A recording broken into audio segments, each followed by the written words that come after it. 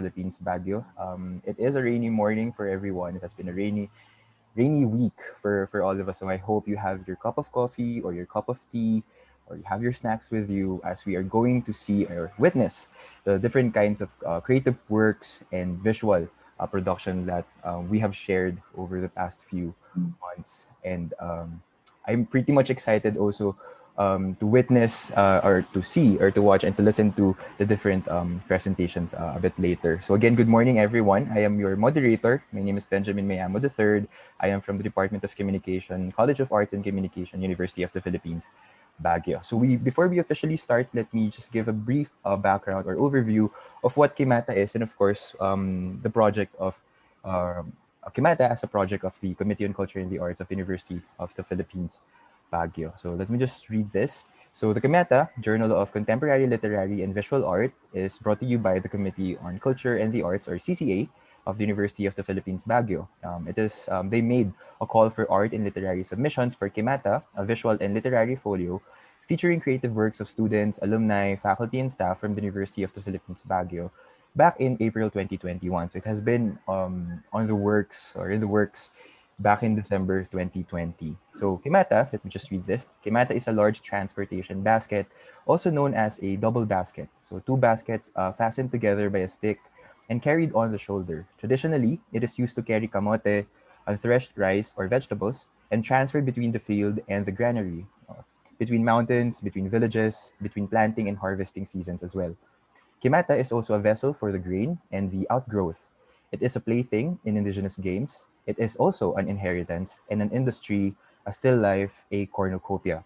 So this is where the CCA had or developed their theme eventually. So the theme, following the theme of overgrown from Kimata, this inaugural issue of the Journal of Contemporary Literary and Visual Art features creative and personal responses to the pandemic or life in quarantine. So the journal showcases original works in creative writing and the visual arts. So as we are all excited to witness all of the works and to see how our creative juices were able to collate, or how all of these creative works were collated, and eventually we're going to present it to the general public a bit later. So as we all know now what Kimata is, and of course the project of CCA, we are going to officially start our program with an opening remarks from the Chancellor of the University of the Philippines, Baguio, Dr. Corazon Lumbera Abansi.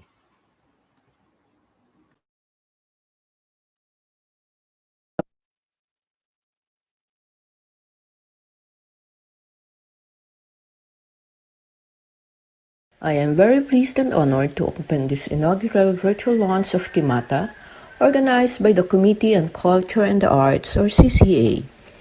Kimata is a literary and visual journal featuring creative works of students, alumni, faculty, and staff from the University of the Philippines, Baguio.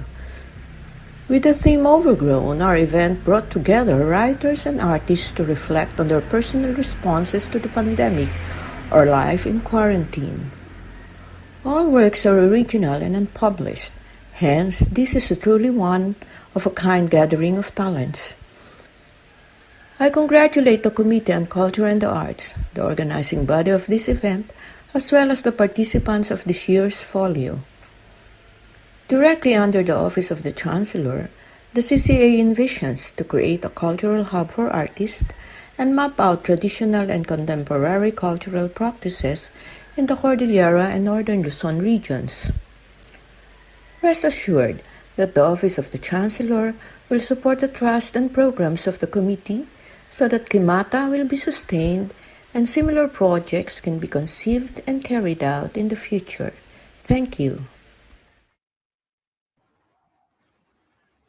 Okay, so thank you very much to the Chancellor of the University of the Philippines, Baguio, Dr. Corazon Lumbera Abansi. And now to give a message from the editorial team, I would also like to acknowledge the members of the editorial team, Professor Ana Cristi Torres, Professor Grace Obido, Professor Priscilla Supnet Macan Santos, and Professor Farah Manuel Nolasco, as they are here together with us this morning para sa ating launch or ating Kimata launch.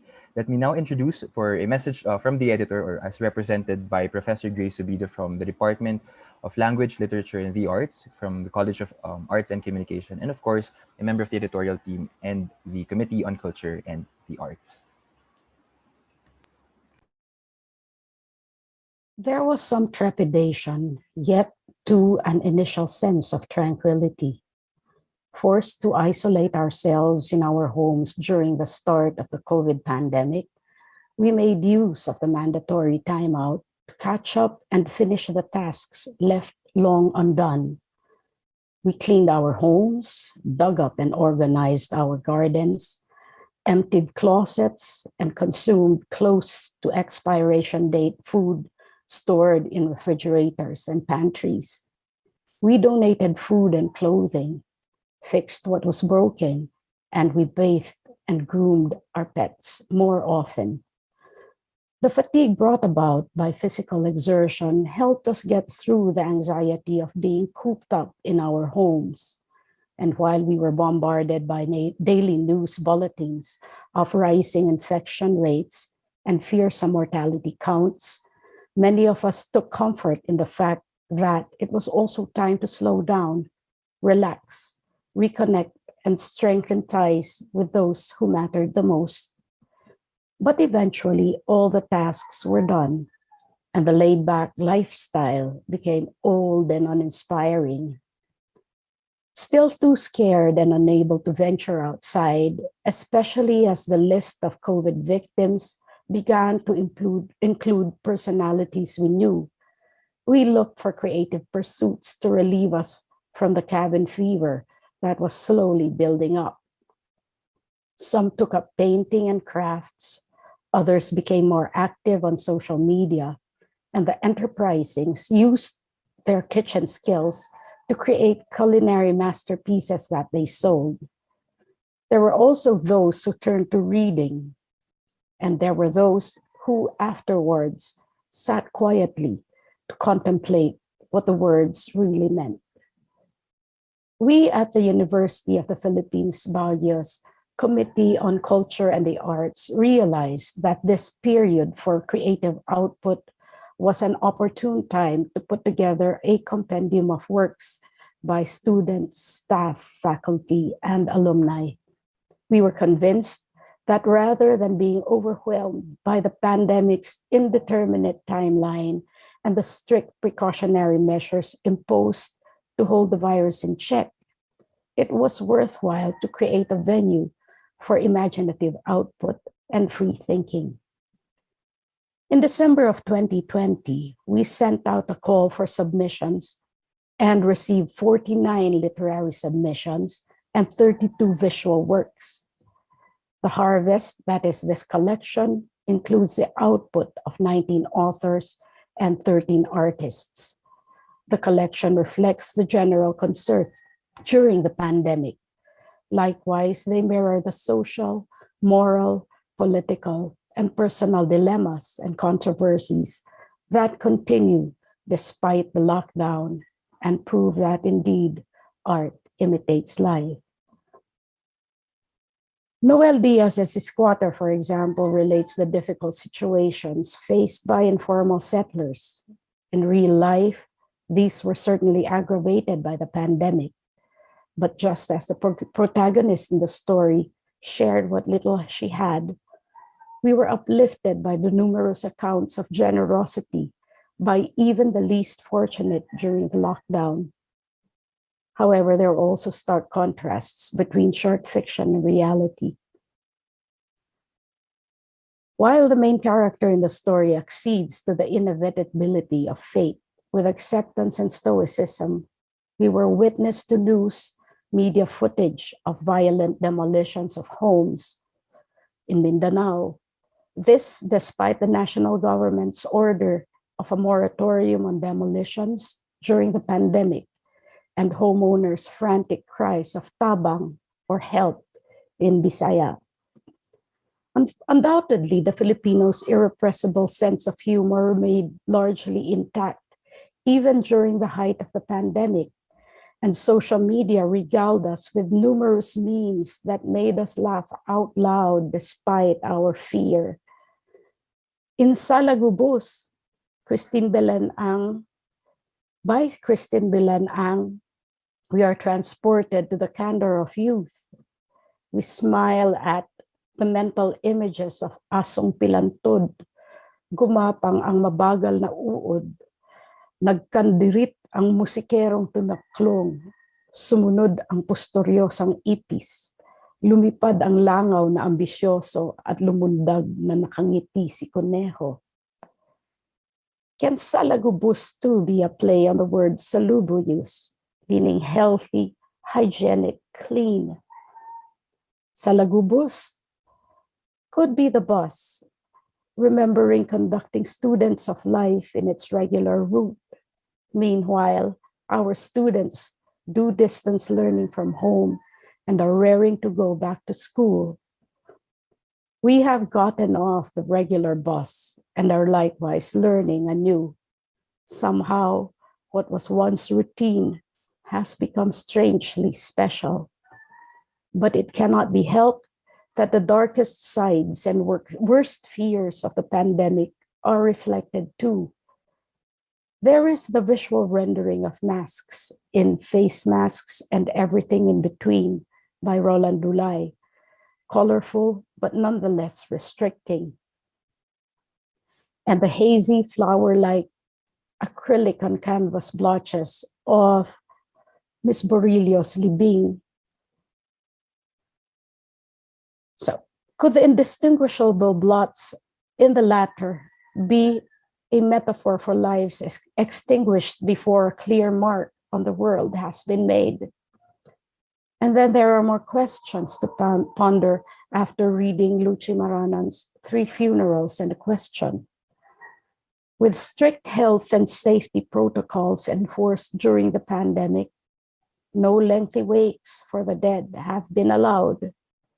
There are no tributes, no ceremonies, no crowds of mourners, no speeches. Now the ordinary, the famous, great, small, unknown are finally almost the same after death from COVID. All have to be cremated within 12 hours.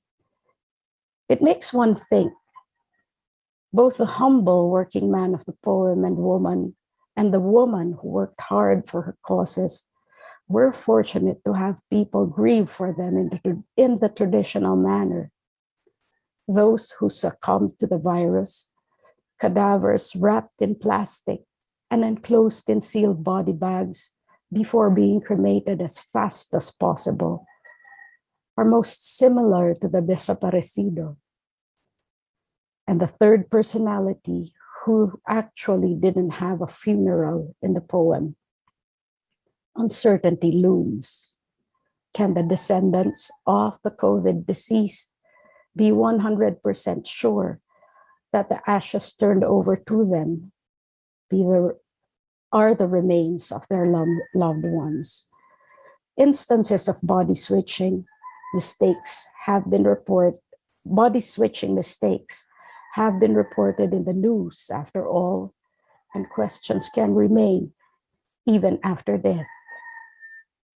One thing is certain, however: creativity is something that the virus cannot kill.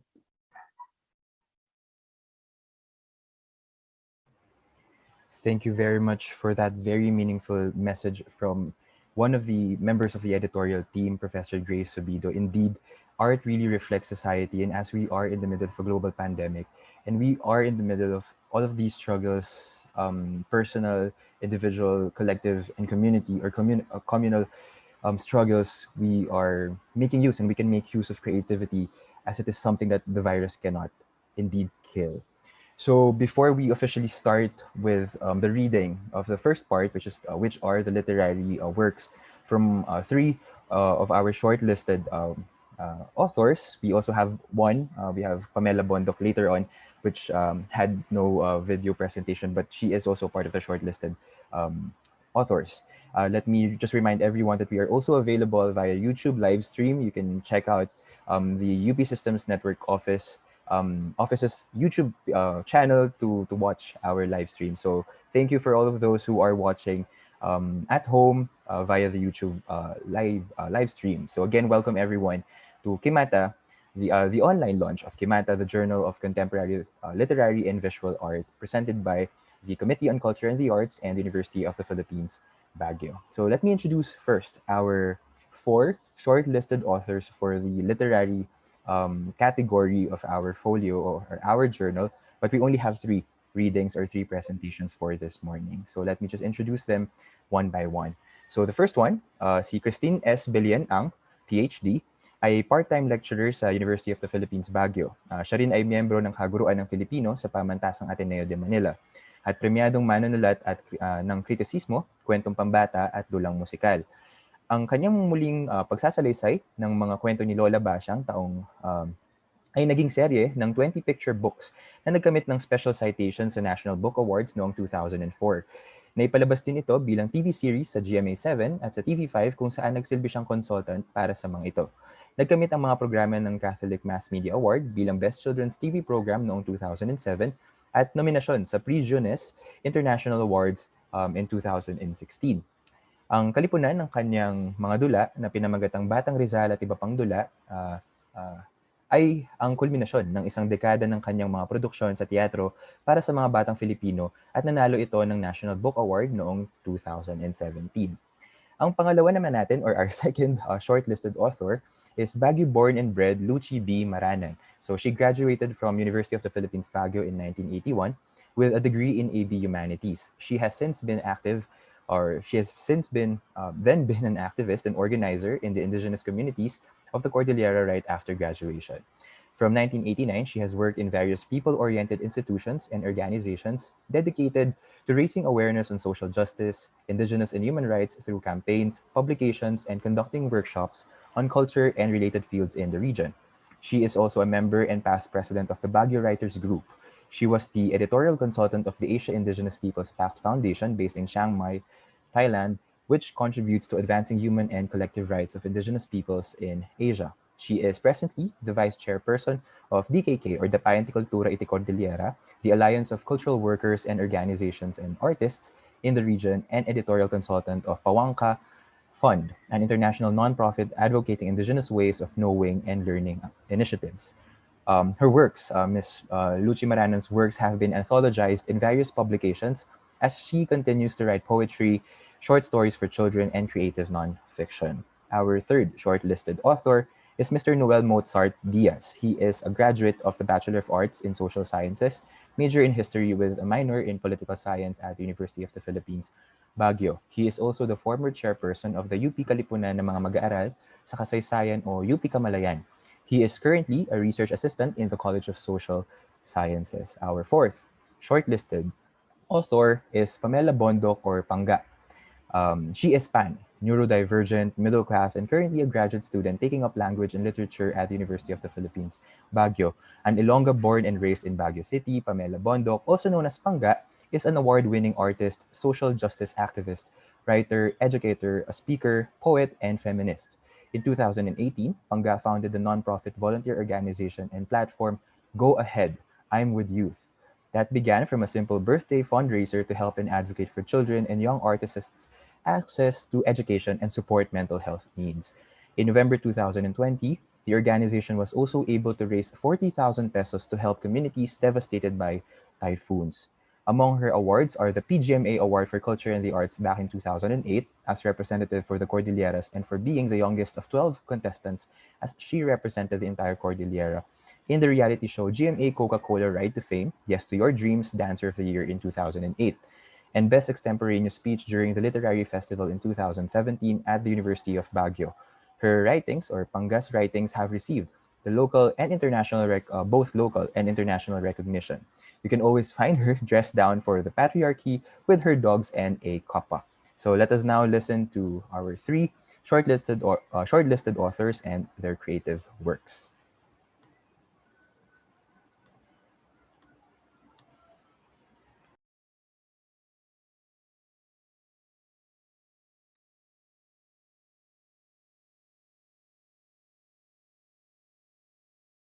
Magandang araw. Ako si Christine Bilian-Ang. Magbabahagi muna ako ng sipi ng aking kwentong Salagubus, ang Salagubang Labus.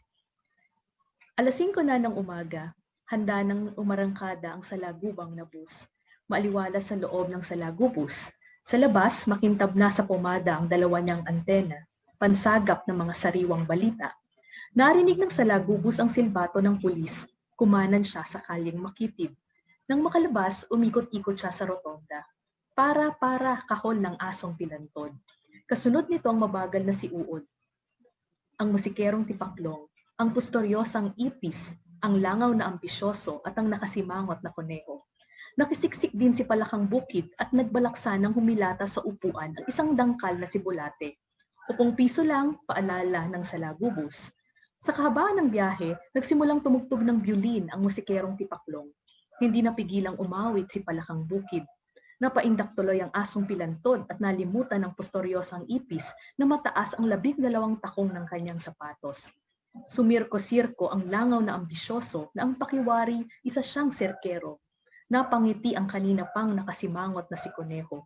Rumolyo ang bulateng nagbalak kaninang humilata sa kagumulong palapit sa nagtsatsatsang si Uod. Napahinto ang lahat nang biglang promeno si Salagubos. So, ano ba ang inspirasyon at paano ko nasulat ang kwentong Salagubos ang Salagubang Napus? Isa ako sa mga tagahanga ni Hayao Miyazaki, no? Isang Japanese animator, at napanood ko ang kanyang Totoro. Hinangaan ko ang paraan ng kanyang mga guhit, no, ang paraan ng kanyang pagkukwento sa kanyang anime. Pinalad noon na makarating ako sa Ghibli Museum na makatanggap ako ng 1-month na scholarship sa Japan. No, at nakita ko dito kung paano hinahamon ni Hayao Miyazaki ang imahinasyon ng kanyang mga audience. No? Isa sa tumimo sa akin ay ang character sa Totoro na si Cat Bus. No, si Cat Bus ay isang pusang bus, no? At sumakay sa kanya si Totoro. At kung titingnan natin, i-google natin, si Totoro, napakalaki niya at nagkasya siya doon sa loob ng Cat Bus. So, na-inspire ako sa kanyang mga characters. Hindi lang yon, na-inspire ako sa imagination na ibinibigay niya sa kanyang mga audience. Isa rin, nakita ko nung nag-attend ako ng conference sa Kyoto, para sa International Research Society of Children's Literature, dumating ang isang manunulat ng pambata. Tapos pinagkaguluhan siya na parang rockstar, no? Mula bata hanggang matatanda na nag-aabang sa kanya at nagpa-sign sila ng kanilang mga aklat, nagpa-sign sila sa papel, sa notebook, sa mga damit nila, no? Namangha talaga ako. Sabi ko, hindi pa nakakarating sa ganung status ang mga manunulat sa Pilipinas. Pero sekundarya na lang yon para sa akin. Kasi ang tunay na hinangaan ko ay kung paano tumimo sa mga taong ito, sa mga nagbasang ito na iba't ibang henerasyon ang pinagdaanan, no, ng kanyang mga kwento. Sabi ko, ibang klase, no, na ibig sabihin, natandaan talaga yung mga kwento niya, tinangkilik, no, siguro maraming henerasyon ang tumangkilik talaga dito. At pinakita nila yung kanilang appreciation noon ngang dumating siya doon sa conference. So napansin ko na yung mga Japanese na stories for children ay very postmodern. Ganon din sa kanilang mga nobela. At nakita ko na ang ating mga kwento, no, lalo ng mga kwentong pambata natin, ay very linear pa rin hanggang sa ngayon, very traditional. At ang sabi ko sa sarili ko, kinakailangan din tayong maghain na ng mga panibagong paraan ng pagkukwento para sa mga bata. Kasi kailangan nating hamunin ang kanilang imahinasyon, no? Hindi lang hamunin kung hindi palayain yung imahinasyon nila. Kaya pagbalik ko ng Pilipinas, no, isang araw ay nakakita ko ng salagubang, no? At sabi ko, salagubang, salagubas, no? Pwede. At naalala ko ang marami kong karanasan sa pagsakay sa bus, no? Every single day na pumapasok ako sa UP Diliman, no, ay sakay ako ng JD bus, no? Ito yung kulay pulang bus na lawanit ang bintana at ang kaha ng kanyang bus, no, yung kaha ng katawan ng bus ay kahoy, no? So sabi ko ay pagsamasamahin ko lahat ng mga iniisip ko para sa isang kwento, no? At nilikha ko, sinulat ko ang salagubos, no, ang salagubang na bus. Nag-enjoy lang ako sa paglalagay ng mga paglalarawan ng mga scenes na gusto ko dito. Tapos excited ako na ipinasa ko ito sa isang publisher. Ang publisher na ito ay may tinatawag nating kid test bago tanggapin ang iyong manuskrito. No, kung saan pumupunta sila sa isang paaralan, pumipili sila ng 25 na bata, no, at babasahin nila rito yung manuskrito. Unfortunately, hindi nila naintindihan yung kwento ko. Lagi akong nakikinig kasi gusto ko pa rin matuto lagi, no, sa mga suggestions, no. Bukas tayo sa mga workshops, bukas tayo sa mga sinasabi na tungkol sa ating mga isinulat. No, ang sabi ng publisher, wala pa siyang focus. No, una. Pangalawa, sabi niya, hindi na maintindihan ng mga bata. Tinanggap ko iyon. No, tinanggap ko iyon. Pero naisip ko din na malamang hindi talaga maintindihan ng mga bata dahil nasanay tayo sa linear na uri ng pagkukwento. Pero ini-revise ko, no, ayon din sa mga suggestions ng publisher para sa focus ng aking plot. So, ni-revise ko siya, tapos pinatulog ko muna siya. Ibig sabihin, itinabi ko muna siya. Hanggang sa binalikan ko siya at isinubmit ko ulit siya sa isang publisher. No? Bumalik sa akin ang manuskrito at sabi ng publisher, maganda ang kwento. Pero problematiko, paano magkakasya ang lahat ng mga tauhan mo, pati na yung mga bata, sa loob ng isang salagubang.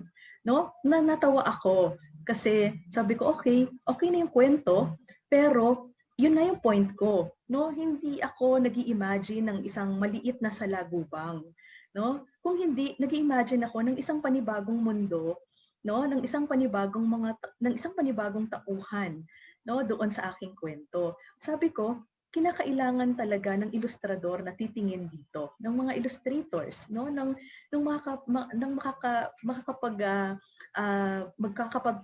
makakapag-execute, no, doon sa kwento na kasabay ko ring magi-imagine.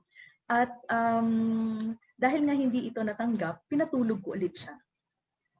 Binalikan ko siya para i-revise ulit at nung makita ko yung call ng Kimata, sabi ko, i-revise ko ulit ito.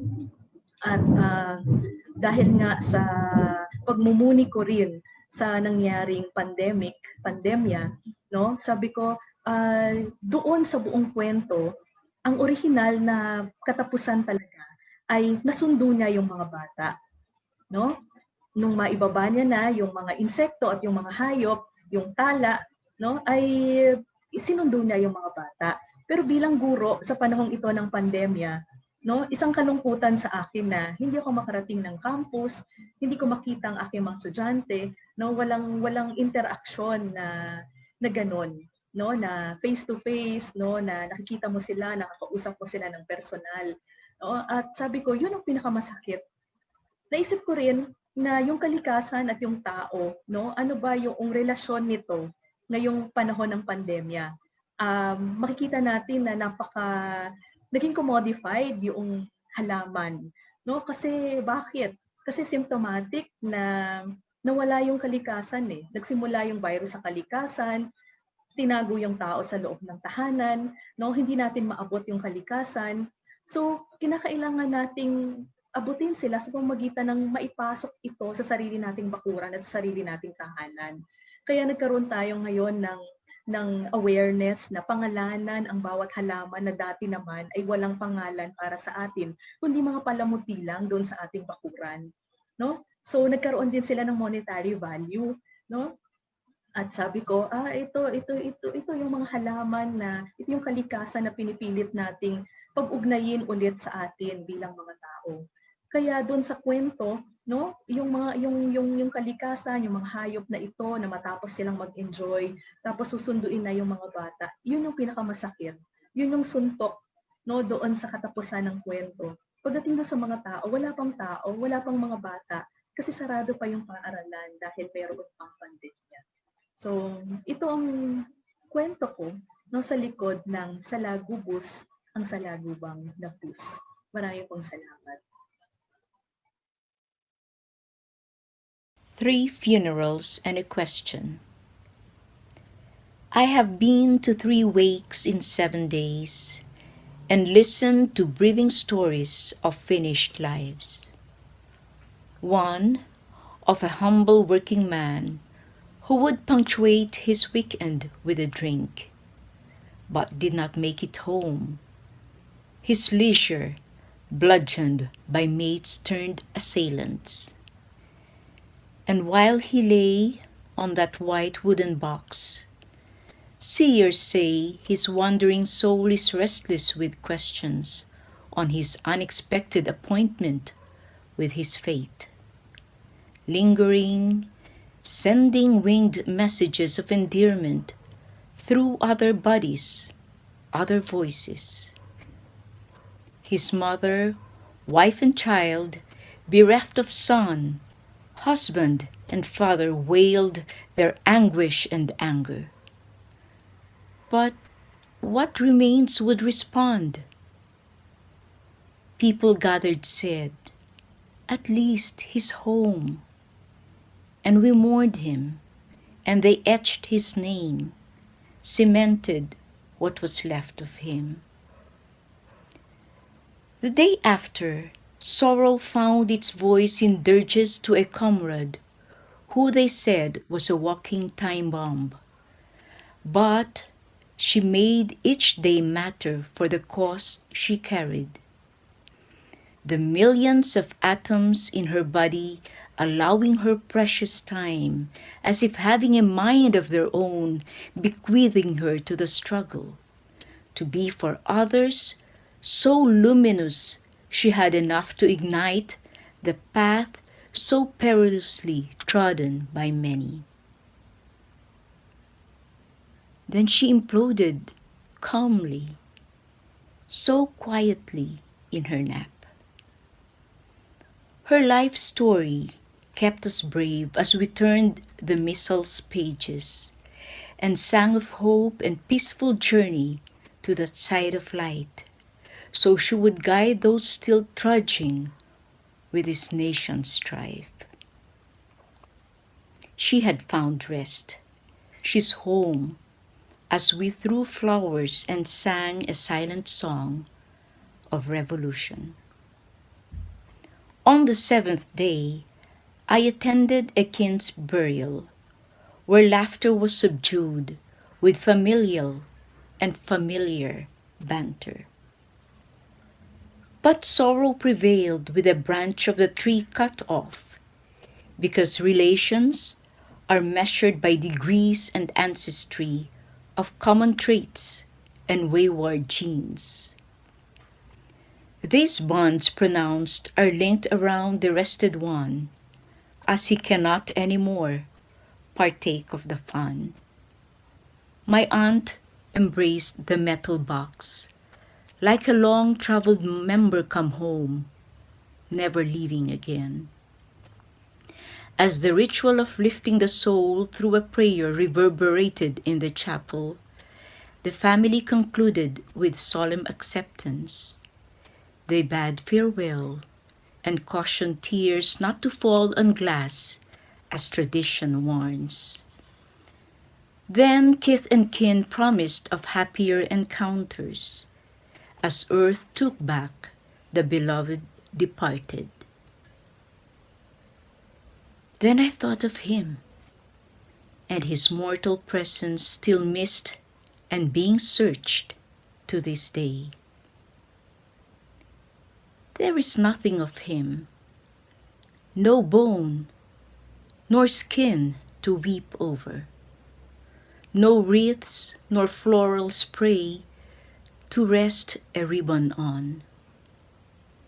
I think of his loved ones, friends and comrades, waiting for signs through the years. I persist in imaging him with a homecoming song, or again, a requiem. I make my way home, greeting politely the anxious people who pass me by. There was Aling Marie, with her bayongs for market day, smiling softly but unable to hide the fear from her eyes. There was Aurora, who held her daughter's hand as they walked through the path, her face still wet from the tears that she tried to hide from her daughter. There was Crisanto, who did not greet me, but grit his teeth and clenched his fist, making his way home in all the anger and hurt. There was Jenny, who paid for her father's utang. Finally, I reached home and saw Junior counting the money the store had made while I was gone. I walk over to the counter, and he gives me the bills. I leaf through them and extract 40 pesos. Your father and brother are waiting for you at home. Go. It is lunchtime. Junior runs from the store with his 40 pesos in hand, and I am left gazing at the world that I knew and loved for the past decades. There was a store, a parting gift, the gravel and the hollow block path that led out to the rest of the neighborhood, the grass I could no longer trim, and the plants I could no longer prune, both overgrown except for the paths carved by feet. I sit on the counter of the store and turn off the radio. The cowboy and the bandit were standing at high noon. I take a deep breath and turn it into a sigh as I am left alone in the silence of the day and the loneliness of age. I have lived in Baguio my whole life, and for the longest time up until recently, I have lived in what was considered a squatter area. Growing up, I have watched people move in and leave houses as boarders, and I always thought it was a fact of life, that people just come and go. As I moved from my childhood and into adolescence and adulthood, especially entering UP, it occurred to me that this was a norm in Baguio, and through the writing and research of the history of informal settlers in Baguio, I saw that there has been a pattern in nearly the entire history of Baguio as a city that squatters were seen as the blight of the city, the eyesore, the social cancer. Houses were built, demolished, and the people living in them just had to deal with it. Ganyan talaga. Anong magagawa natin? But to me, these were my neighbors, my playmates. The kind manang in the store that always gave me candy when I would pass by. The old, retired soldier that always asked me how I was and how I was doing in school. I suppose that I chose a nameless narrator in the form of an old lady, known only as Nai, for my grandmother, as she told me all her stories struggling in poverty, always anxious that one day she would be made to leave the house she had made a home. The houses now never looked good. It never looked right.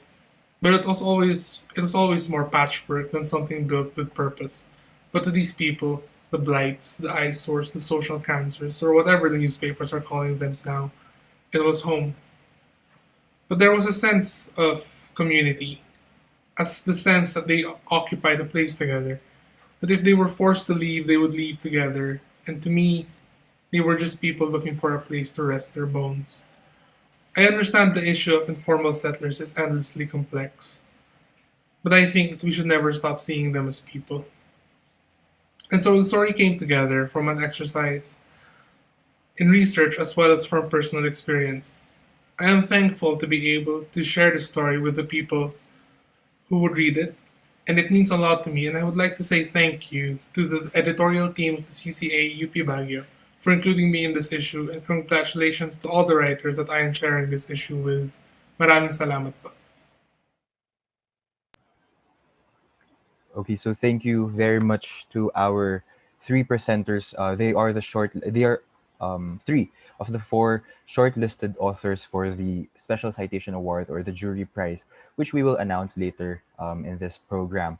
What I got from the three of these presentations, of course, is the importance of memories, of grief, and of spaces, in reminding us that perhaps we are still living with all of these struggles, but we can make use of our creativity to reflect, of course, again, society, and to reflect all of the struggles that we have encountered or are constantly are facing. So thank you very much to our three shortlisted authors for the Jury Prize or the Special Citation Award, which we will give later. So before we proceed to our presenters for the visual works or visual art, let me remind everyone that again we are live via YouTube or live stream. We are on live stream via YouTube, and thank you for all of those authors and participants live are here in our Zoom meeting. Let me also acknowledge the members of the editorial team: Professor Christy V. Torres, Professor Grace Obido, Professor Priscilla Supnet Macan Santos, and Professor Farah Manuel Nalasco.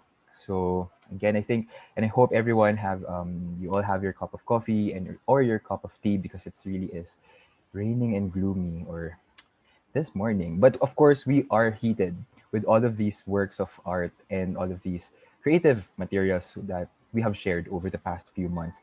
together. So let us now proceed to our four or three. We have three presenters, but we have a total of four shortlisted artists for the visual art in special jury prize or the special citation award, which we will give later. So let me read first a short background of all of our artists. So again, we listened to Salagubos by Christine Belian-Ang, Three Funerals and a Question by Luchi B. Maranan, and Esquater by Noel, Mozart, Diaz a while ago. And now let us proceed to our visual artists, which they will share their process and of course the meanings of their works. So the first one is Ronald Doulay. Ronald Doulay is a Benguet-based visual artist and designer whose recent creative works revolve around material exploration to indigenize artistic expression, the Cordilleran culture, and raising awareness on mental health. The artist graduated with a Bachelor of Fine Arts degree at the University of the Philippines, Baguio back in 2019. Prior to that, he finished a degree in Bachelor of Arts in Communication at St. Louis University in 2010. He is the founder of the Butato Artist Collective, a group that aims to showcase as well as sell artworks and artisanal products of UP Baguio alumni and students. Our second shortlisted visual artist is Colleen Giannis Evilliano. She is a social sciences student at the University of the Philippines, Baguio. After years of formal training in arts, she eventually decided to pursue social sciences at the university. With that, her dedication to creating politically inclined artworks has grown, with works mostly leaning on the feminist ideology. Bold features and color characterize her art style. In sculptures, she incorporates surrealism with her distinct style of rendering. She has been a finalist in the Shell National Students Art Competition and Manila Bulletin Sketch Fest, among others, and a Jury's Choice Awardee in Pacalog Festival National Art Competition. Our third shortlisted visual artist for the jury prize is Julian T. Almirol. He is a fourth-year fine art student in the University of the Philippines, Baguio. He is an Ilocano from Namnama, Cabatuan, Isabela. Having hailed from a farming community, he recognizes the symbolic value of rice as a paramount link to Filipino culture. He uses rice hulls in combination with conventional materials in his sculptures and paintings. Julian continues to hone his rice art form or style in works that deal with nature, humanity, and spirituality. Julian's early field of interest was in civil engineering, but other priorities compelled him to work abroad as a draftsman in an engineering firm where he did gallery commission portrait paintings as part-time job. After his 5-year work contract, he then shifted to another career and finished interior design at the Philippine School of Interior Design. Later, he studied fine arts at the University of the Philippines, Baguio. He is a recipient of national and international art awards and international art residency. His works have been exhibited in a number of galleries in the Philippines and abroad since 2005. So our fourth shortlisted visual artist is Yor F. William. After graduating from the University of the Philippines, Baguio back in 2008, Benguet-based visual artist Yor F. William has been honing his painting skills using oil, acrylic, and watercolor. So over the years, he has accumulated a collection of his indigenous-themed, realist, and still life paintings. So let us now listen to our three shortlisted visual artists for the Special Citation Jury Prize Award.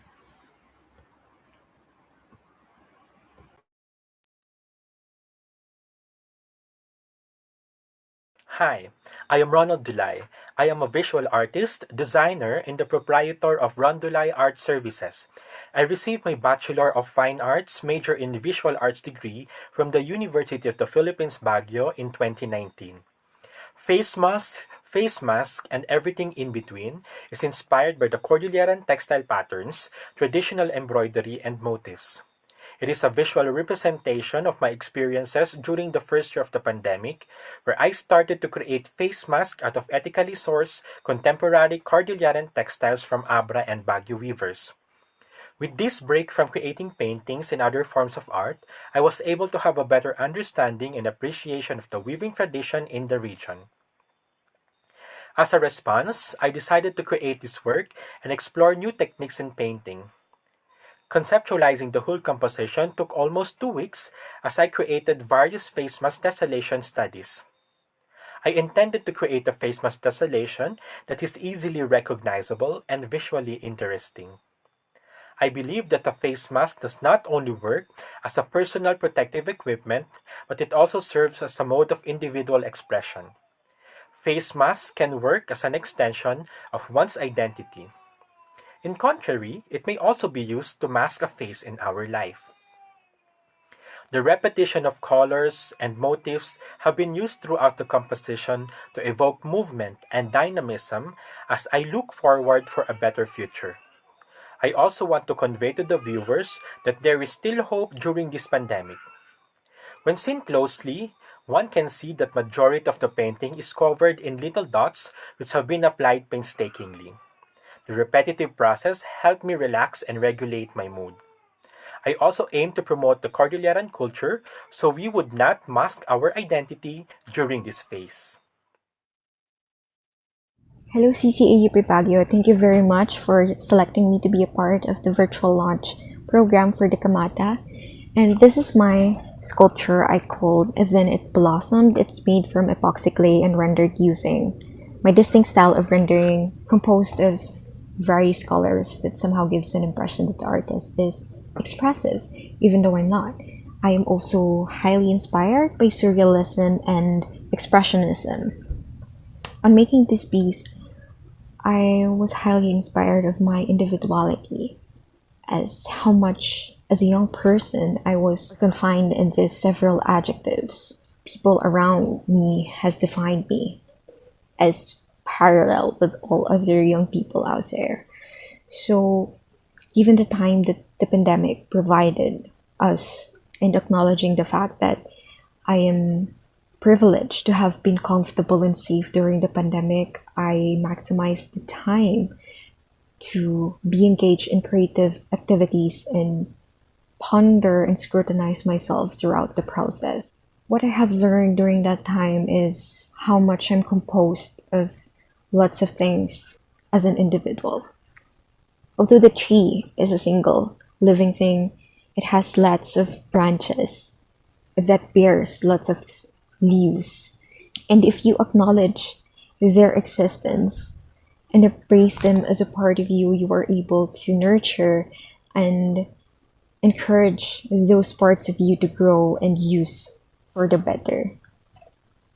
As an anthropology and political science student of the University of the Philippines, I have this feeling of being responsible and to use what I know, what I learn to educate through the platform I'm most skilled of, and it is through arts. Hello, I'm Julian Tobiera Almerol, attending Fine Arts Studies in the University of the Philippines, Baguio. First, I would like to extend my gratitude to the Committee on Culture and the Arts for having me participate in the Kimata Folio, Journal of Contemporary Literary and Visual Works. My visual art entry entitled Salaknib is a portrait of a lady doctor in gesture holding our Mother Earth. It is my tribute to all brave frontliners. I salute their unconditional task of taking care of us all in this time of pandemic. Salaknib is an Ilocano language which means to care and protect, extending a shield of love and compassion to others. I put some Cordilleran motif in my artwork, like the bulul that symbolize prayer, rice and water to sustain healthy life, and Epogawhat as a humble shelter and security. The Lingling O symbolizes fertility of life, and the human chain represents bayanihan. Also, conveying a message about awareness on conservation of environment. The falling leaf represents climate change. We must dedicate ourselves to make our environment livable and free from dangerous viruses like the COVID-19. I use rice hulls as ground base for this artwork. It is an eco-friendly and inexpensive material. Rice is our main product in my hometown in Cabanatuan, Isabela. I started using rice hulls in my art making since 2006. It is very manageable and durable.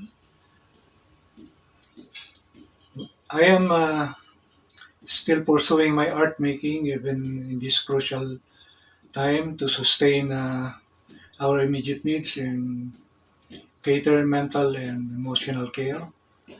This may serve as an inspiration to others, especially the young generation, to be creative even during this pandemic. Thank you. Okay, so thank you very much to our three shortlisted visual artists for the Special Citation Award or the jury prize. So one of them, of course, is Yor F. William, and he's also one of the shortlisted visual artists. So we listened to the process and of course the importance of their works from Ronald Doulay, Colleen, Giannis, Evilliano, and Julian Almirol. So before we proceed to knowing who wins the jury prize, of course, we must now be witnessing the fruit of our works, of course, the authors, and of course, the works of our editorial team by having a preview of the digital folio or the journal, Kimata, the journal of contemporary literary and visual art. So this is going to be presented to us. And later, we are going to share the link to the file. So as you can see here by full screen. Okay po. I think if Ma'am Farah has something to share for the process and whatnot. So this is going to be available to all of us or to the public, and we can all share these to our friends, our colleagues, our students, or our family, or of course or the community.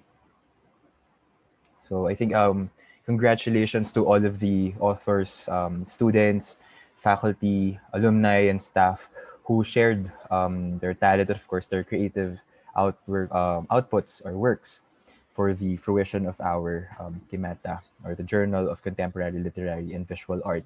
So Professor Farah, she shared the link via the chat box, so you can check it out now and perhaps share it to your friends or with your friends and whatnot. So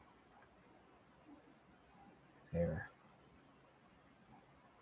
Okay. Mama Farah, if you have something to share or maybe now proceed or I Yes, think please. Congratulations, everyone. And yes, please proceed. okay. So again, congratulations everyone, and of course, congratulations to the editorial team. You can access the folio via the link typed in our chat box. So be as we are, of course, um, celebrating our creative work. At the same time, of course, we must acknowledge, of course, the role of each author and the role of each participant in this folio. So I would like to ask if your name is called, please open your open your camera so we can see you, or if you want to just say hi or whatnot, so that we can all have a glimpse of our um, looks or whatever. Okay, so let me just have a roll call of everyone. So if you have a stable internet connection, please open your camera, and if you want to say something, just very quick, hi or hello or kamusta or nilalamig ba or kung ano man. If you want to just share, please share. So these are all of the authors who participated in Kimata. Authors and visual artists who participated in Kimata, the Journal of Contemporary Literary and Visual Art. So first is E.R. Alcantara, Miss Erlyn Ruth Alcantara. We have Romulo A. Bagasina Jr. So if available po, you can open your camera. Christine Belian Ang, Lucy B. Maranan, Noel Mozart Diaz, Ronald Doulay. So again, may I ask everyone, if you have a stable internet connection, please open your camera so that we can all see you this morning. So we have Colleen Giannis Evilliano, Julian T. Almirol, Rochelle Bakisan, Miss Jasmine G. by Ken, Pamela Bondok or Pangga, Lorraine Borillo, Professor Vladimir Kevin D. Bumatay, Rosalie V. Calpito, Paulino Quizon, Abby Dango, Ediza Faith B. Justiada, Mr. Felicissimo G. Galeates Jr., Professor Paul Samuel P. Ignacio, John Fahrenheit Isidro, Ivan Emil A. Labaine, Professor Junlie L. Lazaga, Andrea Lucido, Diana Mandak, Bea S. Mandapat, Barney S. Mandapat, Kimberly Ann Mayor, Dean Alfred T. Nara, Bernadette Det Villanueva Neri, Dorothy Joy Marie Pahenago, Kili Europa Piluden, L.A. or Lioba Asia Piluden, Heather Ann F. Polido, Cecil Robin, Yor F. William, and of course me, Benjamin Mayamo the third. So thank you again to everyone, and congratulations, of course, for sharing your creative work, and of course, congratulations, of course, to the editorial team, Professor Grace Obido, Professor Priscilla Supnet Macan Santos, Professor Ana Cristi Torres, and Professor Farah Manuel Nolasco. So congratulations, everyone. So I hope ito po yung pampainit ng ating malamig na umaga, and of course, congratulations, everyone. So additional reference also to the library, according to our OIC, Ms. Amelia Sendanya, ang ating folio. So if makabalik na ang mga estudyante, or if not, of course, the students can access the folio via online. So if makabalik din sila, they can read the folio or they can read the journal sa ating library, sa University of the Philippines Baguio main library. So again, congratulations, everyone. Mamaya po ang ating photo op. So let me now call on Dr. Priscilla Supnet Macan Santos for the awarding of Special Citation Award or the Jury Prize. Ma'am Presi po.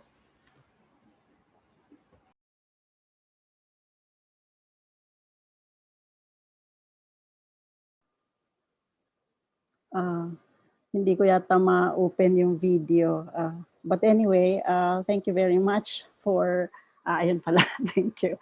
Thank you very much for this program and this project.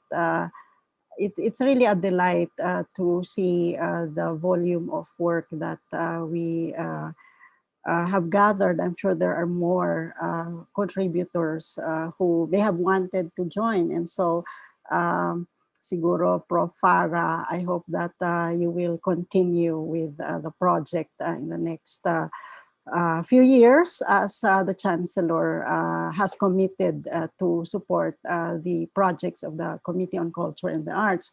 But this is a morning to recognize our hindi naman siguro winners, kasi everybody is a winner. We hope that sana lahat ma-recognize natin. But the inclusion in the folio is itself a recognition of the work, the merit of the work. So I was asked by Professor Farah to present the jury prize for the literary contributions to Dr. Christine S. Belien for Salagu. Ang pagbasa ko kasi dito, Dr. Belien, Salagubas, Salagubus. But delightful story that I'm sure is appreciated not only by children, but also by all of us who have a child inside. So congratulations, Dr. Belien. And of course, the jury prize for visual arts is presented for face masks, and everything in between by Ronald Doulay. I look forward to seeing the work. Nasa literary panel kasi ako, but and of course congratulations to everyone. Benj, thank you.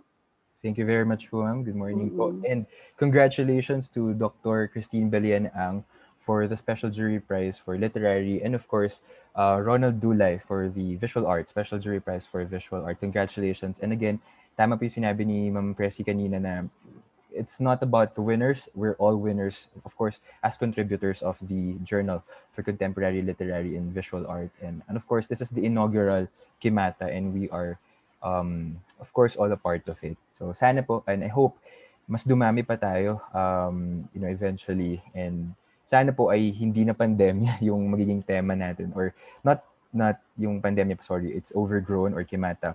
Pero sana hindi lang siya patungkol sa life in quarantine or pandemya. So sana we can overcome that struggle eventually. Okay po. So, congratulations again, everyone. Congratulations to the winners of this special jury prize, and congratulations to our shortlisted contributors, and of course, all of our contributors that are here this morning. So, before I proceed, may announcement lang din po. Later, perhaps this month or next month, we are going to send an email, or it's going to be available via the Facebook page or whatnot. But most likely, we're going to send an email for a sign up for free books from the National Committee on Culture and the Arts, or the NCCA. We are going to share it with all of the contributors, authors, via email, or perhaps everyone, every member of the community of the UP Baguio community. So we are going to share a sign up for free books from the NCCA. So abangan nyo na lang po yan later, either this month or next month. So that is donated by Professor Dr. Priscilla Supnet Macansanto. So thank you very much, Ma'am Presi, for that donation. So again, congratulations, everyone. Let us now proceed to our closing remarks. So, of course, our closing remarks is from one of the members of the editorial board. We have Dr. Ana Christie V. Torres.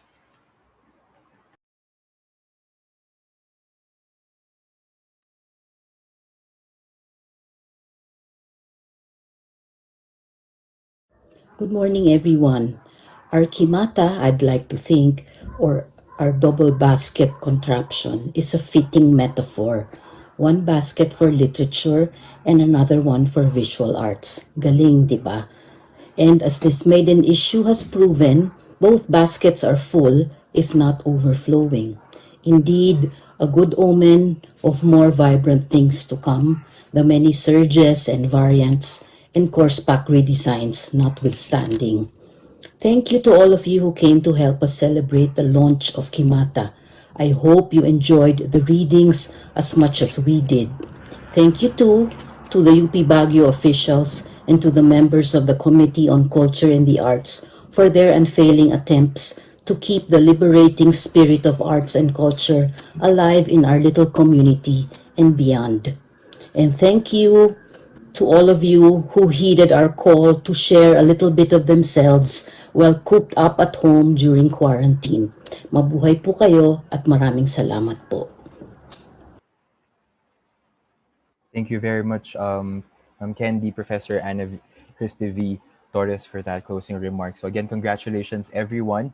Let me remind everyone that, again, we can share the link to the digital folio or the digital journal of Kimata, Contemporary Journal of Contemporary Literary and Visual Art online, or to our friends or colleagues or students and whatnot.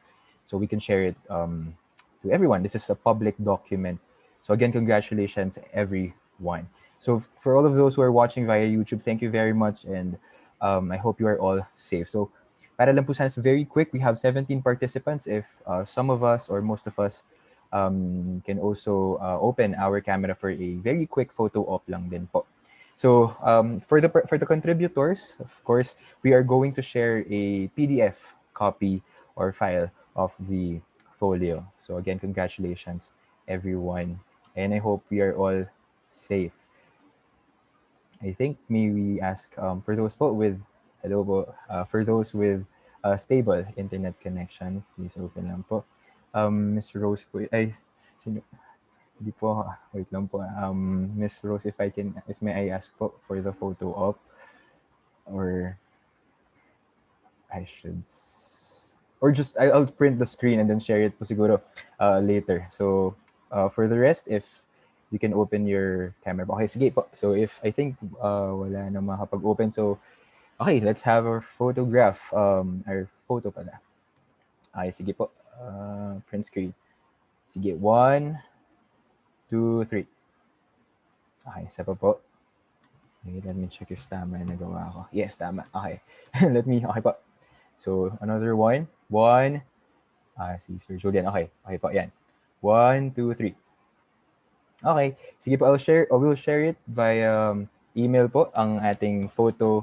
So thank you again to everyone. Congratulations to the editorial team. Congratulations to the Committee on Culture and the Arts, to the University of the Philippines, Baguio, and of course to all of the contributors, as well as the readers, and of course the viewers who are going to witness all of our works together. So sana po may sumunod na Kimata, and I hope everyone will share it, or mas marami po tayong mag-share. Ayos lang po. So marami pong salamat. Mag-iingat po tayo sa ulan at sana po huwag tayong magkasakit.